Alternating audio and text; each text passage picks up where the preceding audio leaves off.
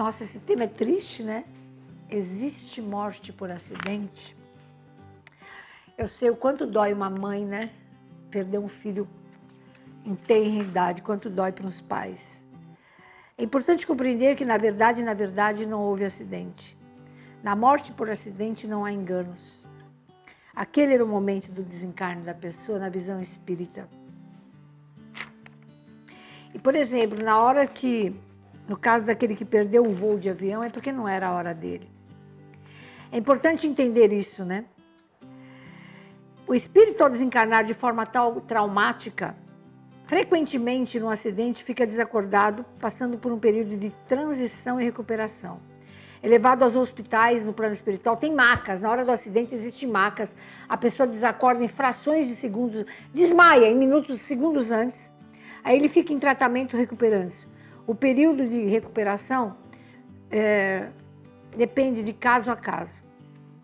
Outro ponto, é muito interessante isso, ele é desligado. Tipo, Deus que me perdoe, você está lá no avião ou você está num carro, você vai bater o carro, você é desligado assim, frações de segundos antes, as macas dos nossos irmãos espirituais pegam vocês antes, vocês são levados a hospitais, normalmente na quarta dimensão, e ela não sente o trauma. A pessoa que sofreu o acidente, eu juro para você que ela não vê e não sente o trauma.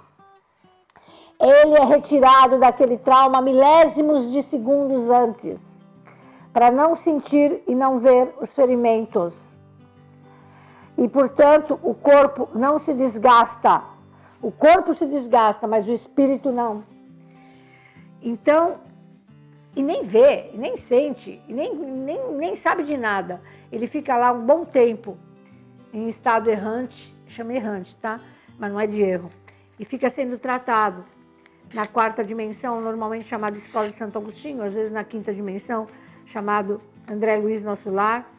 Óbvio que é desacordado, tomando passes eletromagnéticos até se restabelecer, até que possa acordar, até que possa saber que o corpo dele ali já se foi. Então, você que perdeu seu filho querido, não pode chamar, né?